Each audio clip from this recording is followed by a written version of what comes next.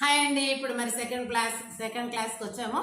అదేవిధంగా ఈ కంటిన్యూయేషన్లోనే ఆ యొక్క పురాణం లోపల మనము క్షీరసాగర మదనం అనేటటువంటి తీసుకున్నాం కదా సబ్జెక్ట్ ఈరోజు.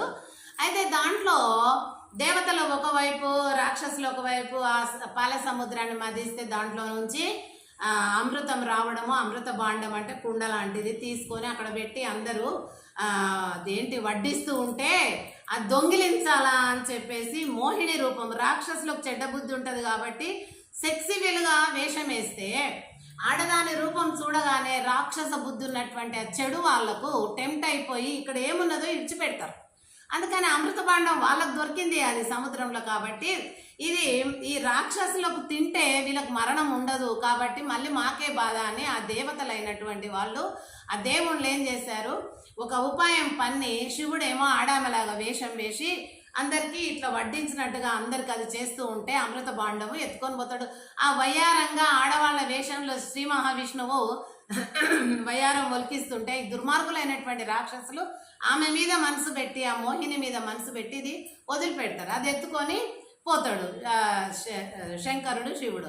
అయితే వాళ్ళే పోయినాకనంట ఒక అరణ్యంలోకి పోయినప్పుడు శంకరుడు ఈ యొక్క అంటే శివుడు శ్రీ మహావిష్ణువు ఇద్దరు కలిస్తే వాళ్ళ కలయిక, ఇప్పుడు ఆడామే భార్యాభర్తలు కలిస్తే గర్భిణీ అయి పిల్లలు ఎట్లనో అట్లా శివుడు తర్వాత విష్ణువు కలిసిండ్రంటారండి. ఎందుకంటే విష్ణువు ఆడామి రూపంలో ఉన్నాడు కదా, ఆ రూపంలో ఉన్నప్పుడు ఈ యొక్క శివుడు కలిస్తేనంట అదేంది అయ్యప్ప పుట్టాడంట.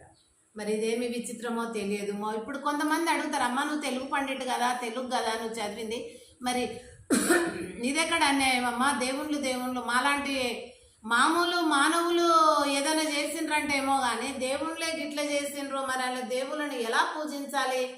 విష్ణువు ఒక దేవుడాయే, శివుడు ఒక దేవుడాయే, వాళ్ళిద్దరు కలయిక ఏంటి? ఇద్దరు మొగోళ్ళేనైరి, వాళ్ళకు అయ్యప్ప పుట్టడం ఏంటి? ఇప్పుడు ఈ దీక్ష చేస్తుంటారు, ఈ చలికాలం అంతా అయ్యప్ప దీక్ష చేసి శబరిమల అయిపోతారు కేరళలో ఉన్నటువంటి గుడికి. మరి ఇదేంది, ఇట్లాంటి జన్మలు కూడా ఉంటాయా? దేవుళ్ళకి ఏంటిది?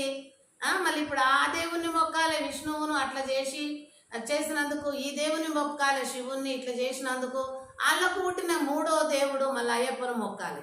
ఇట్లా పిచ్చెక్కిపోతున్నారు మనుషులు. చాలా మంది ఎర్రోళ్ళు అయిపోయినారు. ఏమన్నా మర్రి చెట్టుకు పాలు గారిని అంటే మర్రి చెట్టుకు పాలు గారవా? కొడితే వస్తాయి పాలు.